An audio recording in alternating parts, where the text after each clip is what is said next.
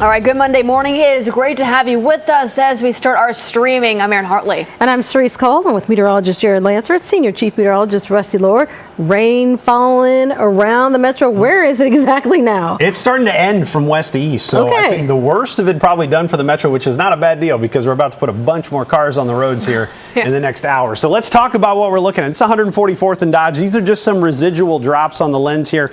Most of the rain done from this point to the west. As the roads look a little damp there. We're 72 degrees with a dew point of 70, so it's still plenty humid, but we've cooled off a little bit with the rain moving through.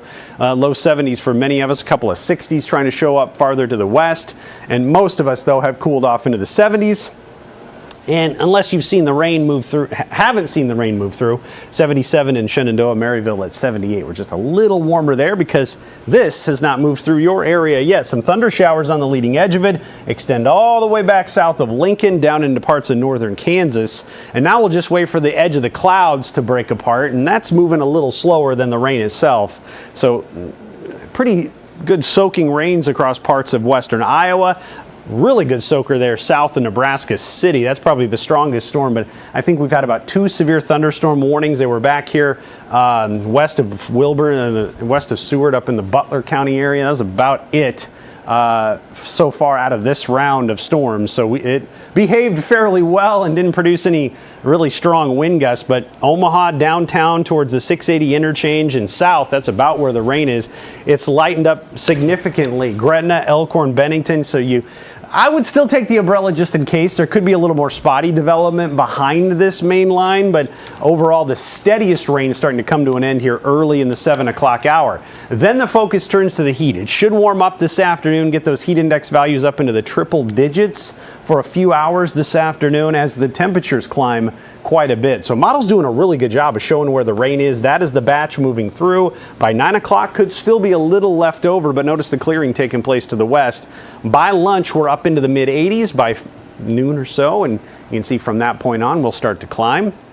By 3 o'clock up to about 89 degrees, and then a high today should be able to top out in the lower 90s later on today, up to about 93 or so, and then we'll start to fall back little by little into the evening hours.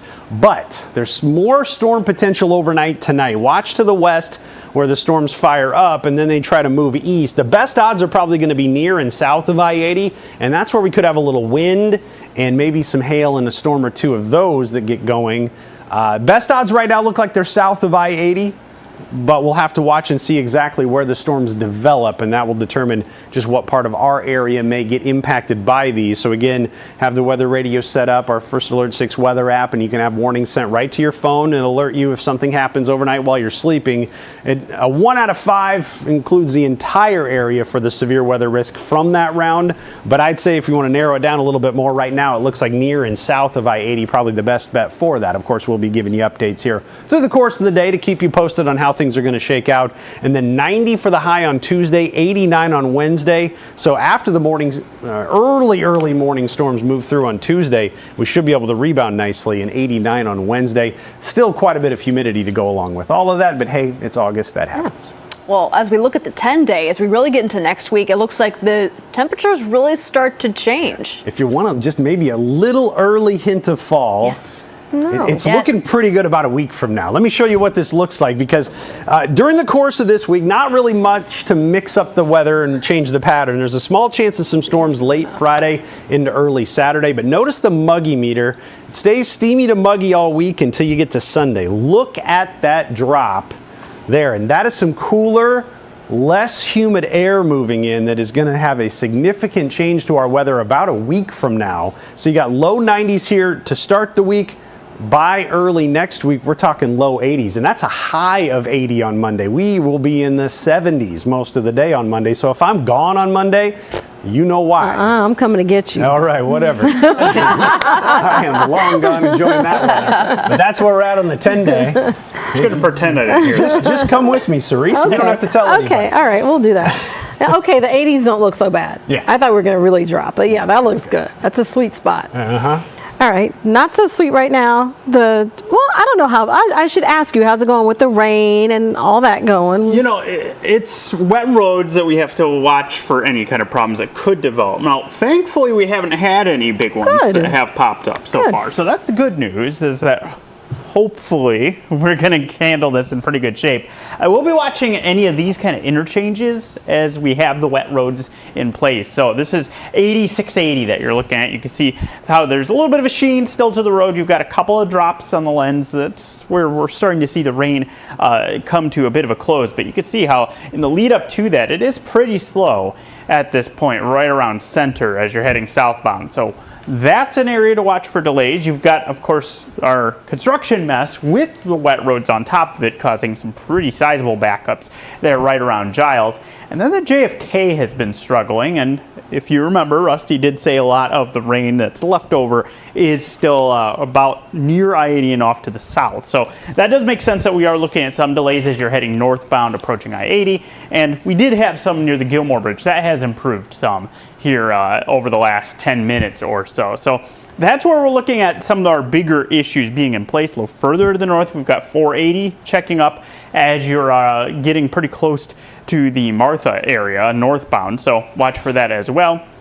And starting to pick up the traffic a little bit on Dodge, Maple, those being roads where we are going to be looking at a lot of traffic. And school traffic, you do start to see some more of these yellow-orange specks around this time. So still getting into the flow of that. Keep that in mind as you're heading out the door. But the wet roads so far not causing a big issue for us. We'll keep an eye out for it. We'll, of course, first look if that changes. But we do have some construction impacts that are going to be something you want to keep in mind here. We'll touch on some closures here in just a little bit. All right, Jared, we'll see you in a moment. First, a motorcyclist was taken to the hospital with serious injuries after a crash. This happened near 42nd and J when the motorcyclist hit the rear passenger side of a turning SUV. Well, Lori Halverson of South Omaha says she saw the whole thing happen from her front window. She turned right in front of him and he flipped over the motorcycle, and he was really high up, like higher than the car, and then he hit the cement face first down.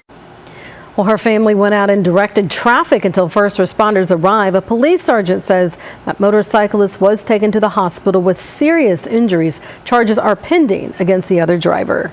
Well, today is the start of the second week of school for Elkhorn Public Schools. Week one was a frustrating start for parents whose kids attend two new elementary schools still under construction. Now, many of those parents have shared their concerns and complaints about Iron Bluff and Stone Point Elementaries. Superintendent Barry Habrock apologized for the construction delays, saying he does understand they have caused mistrust. Now, here's the tentative timeline for construction completion. At Iron Bluff, the Media Center and Art Room are expected to be done by the end of this week. Concrete work not until next week. The fire panel is set to be done in about 3 weeks.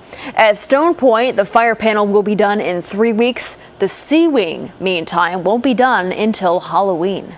All right, at the safety desk with our Maria Cade. And Maria, the end of summer is drawing to a close, but there are still plenty of mosquitoes flying around. I know. I just got bit up the other day on my wrist. But, you know, with mosquitoes, West Nile virus, that can be a really serious concern. And August and September are actually the most dangerous months for it. So some of those symptoms to look out for include rashes, fevers, headaches, body aches, too. Health experts say it's really important to use bug spray. You want to cover up your skin when you're outdoors and avoid any outdoor activities around dawn or dusk. You also want to make sure that you don't have any standing water around the outside of your house, because mosquitoes can actually breed in a space that is as small as a bottle cap. Did you know that? I didn't. Yes. So according to the CDC, roughly 1 out of every 150 people who get infected with West Nile virus get seriously ill. So you definitely want to take that seriously and remember that bug spray and that protection. The bottle cap is very small. Yes. Okay, that's good to know. All right, you have more information as we approach the fall months. Yeah, flu season, you know, it's coming up very soon. And there is a new option starting this fall that people can use actually to protect themselves from the flu at home. Okay. So I think we actually talked about this earlier in the year when the FDA approved it. So you don't even need to leave your house for this. AstraZeneca's Flu Mist can now be home delivered to 34 different states. And it's going to be under the brand name Flu Mist Home. Officials say the nasal spray vaccine can be self-administered by most adults. Parents or caregivers can give out those doses to kids and their elderly, though. You can order it online after you fill out a medical screening questionnaire, and then that questionnaire is reviewed by a licensed healthcare provider before you can get it. And the good thing is a lot of insurance plans are going to cover this. The CDC says more than 1 million people were hospitalized with the flu between last October and this past May. I know we talked about that a lot. So that's why prevention is very, very important. That's a lot of people. Maybe this will be so convenient that it'll help bring those numbers down. Yeah, hopefully we'll have to wait and see. I do it. All right. Maria Kate at the safety desk this morning. Thank you. We'll be right back.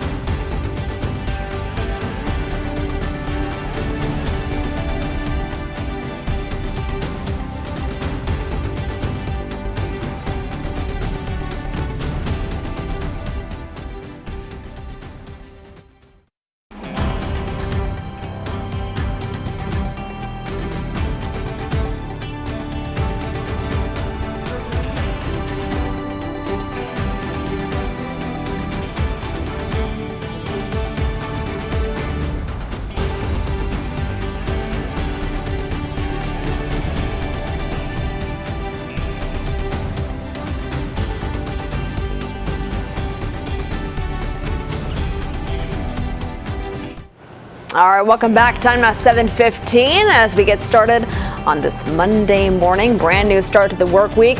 Taking a live look outside, overlooking the Midtown and the downtown areas. It was a wet start to this AM. That's now kind of starting to move out, going towards the east. Yeah, I was hoping we could get a lot of this rain through here before we got into the brunt of the morning commute. And so far, that's working out pretty well.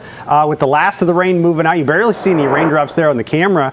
And what we're going to see is the steadiest rain slide to the east and out of here, but there's still quite a bit on the radar. So storms early this morning, get some afternoon clearing, and then another round possible late tonight into very early Tuesday morning. Hopefully that one just as weak as this round and not anything that's going to cause too much in the way of damage. And then highs mostly in the 80s here for the rest of the week. But the drop-off forecast for the kids, you got low 70s right now, and it'll warm up a little bit, but notice the rain chance is just gradually diminishing over the course of the next several hours. The muggy meter is going to be up here in the muggy range as this moisture moves through, and there's that leading edge of the moisture moving to the southeast. Now it's filling up a little bit more on the Iowa side and then south of I-80 on the Nebraska side. The strongest storms right now are here around the Atlantic area. Again, not severe. Some heavy rain headed towards Des Moines, and then here Nebraska City down into Auburn was where some thunder, some lightning playing out. Beatrice also dealing with a pretty strong thunderstorm, but again, it too just mostly downpours and lightning.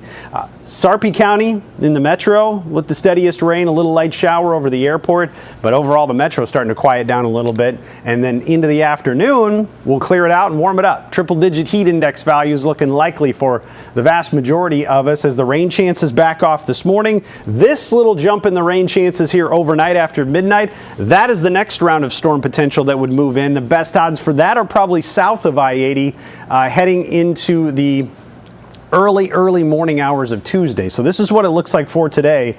We're talking 70s to start, 90s with sunshine by the afternoon. It's hot, it's humid. Here's the severe weather risk area for today and tonight, though. Again, this is a 24-hour window from 7 a.m. this morning, about now, all the way through 7 a.m. tomorrow morning. So that's covering the 24-hour window. And this is mostly going to be after midnight tonight into the early morning tomorrow, where we have the showers and the thunderstorms trying to pick up a little strength as they move through. Best odds south of I-80, so that's what we'll watch for over the course of the overnight hours.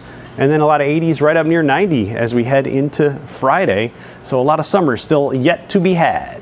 Yeah, a lot of summer, but those temperatures are going to drop. It'll be more comfortable, right? Yeah, let me show you. It's pretty significant, the dip that some places are going to have as we make our way into the early part of next week. So about a week from now, we'll just kind of march you towards that. A little pocket of some cooler air, middle of the week to our east. There's a little surge up into the low 90s on Friday. But look at this cooler air that's going to start to dive in from the north, getting some dark greens and blues here. That is a cool pocket of air for about a week from now.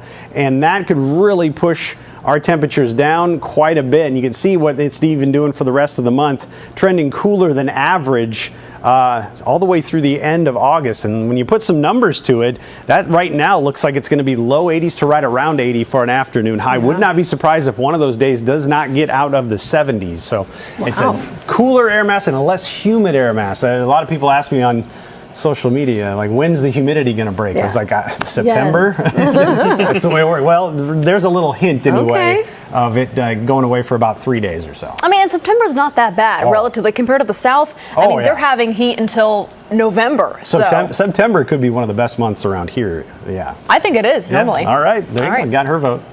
And then Michelle's going to update on traffic. Of course, it's been a damp start to the morning. How's that impacting drivers? Well, thankfully, we've so far avoided seeing any big issues, but continuing to keep an eye on it because we haven't seen the rain fully move out just yet. So let's check in on what things are looking like with some of those wet roads out there. And that includes, as you're looking bottom left, that's 144th and West Dodge. We do have a new crash, 26th and Leavenworth, that you need to watch out for. So keep an eye out for that one in that area. And that's the concern I have, that even though we're starting to pull some of that rain out of the area, you may see some of these wet roads still cause some issues for people. So keep that in mind as you're heading out the door. This is what it's looking like right around the Platte River on Highway 75. This is on the north side of it, and you can see the roads are damp in this area. Watching this area just to the south of the river, though. Look at how northbound is really slowing down there between Plattsmouth and the Platte River. So keep that in mind. If that's a route you usually use, that's going to be where you encounter some pretty decent delays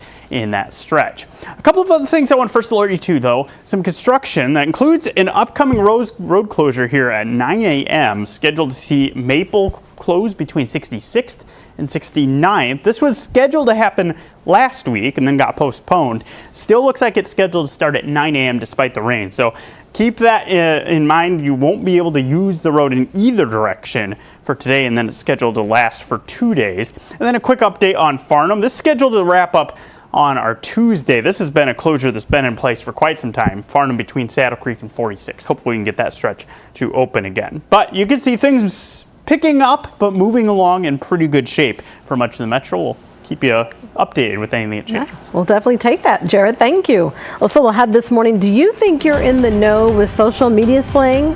I feel like I'm pretty good. I think I'm pretty good. So we'll see. All right, if you know these terms, you're doing a pretty good job. Find out more when we come back.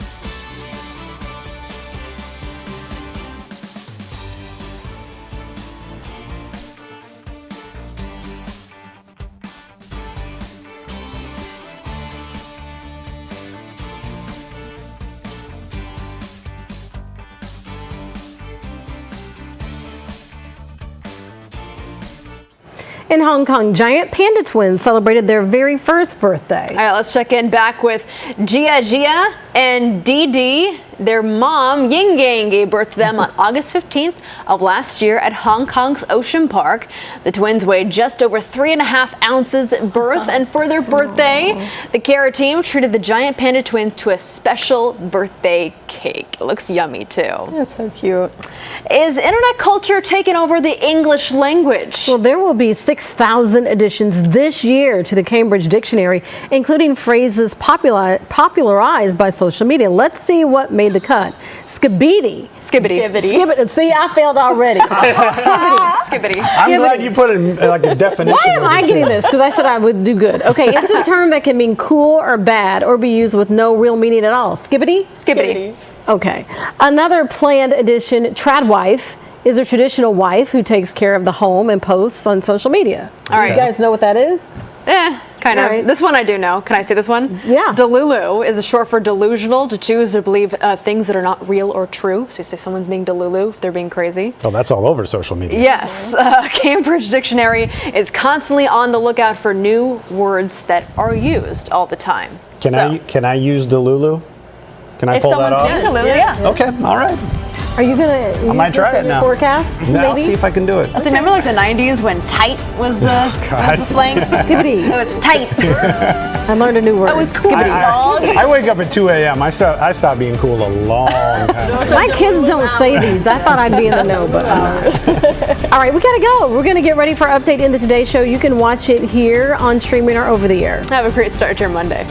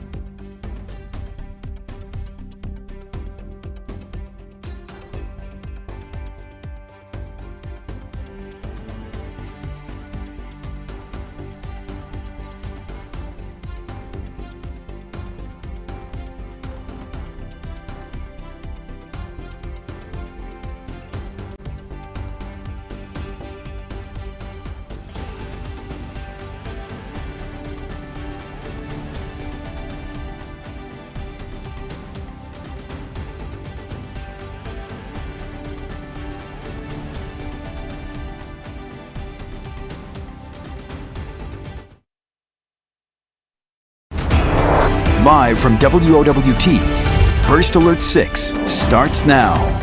Good Monday morning, everybody. It is 7:26. I'm Cerise Cole. I'm Erin Hartley. Of course, it's been a damp start to a Monday. How the roads looking, though? We're going to check in right now with meteorologist Gerald Lansford. Fortunately, we've got a couple of crashes that I need to first alert you to. That includes this one, 26th and Leavenworth. You can see how things are checking up in this area, so watch for emergency crews that may be on hand with that one. The other one, further to the south, this is as you're heading northbound on Highway 75 here to the north of Plattsmouth. You can see before you get to the Platte River how things have slowed down. That is a crash that is in place in that area, so use caution if you're heading into that area. Slow on 480 heading northbound too. That's been a consistent slowdown as you're heading toward downtown. Rusty. Thanks, Jarrett. Steadiest rain has moved out of the metro, but where that crash is in south on the Platte River, near the Platte River, still raining right now from Plattsmouth south towards Nebraska City. That's a lot of rain to drive through if you're heading south on I-29 this morning. Otherwise, extensive rain between Omaha and Des Moines as well. Strongest thunder shower is south of Beatrice, just moving east of Nebraska City. Shenandoah, you're about to get in on it.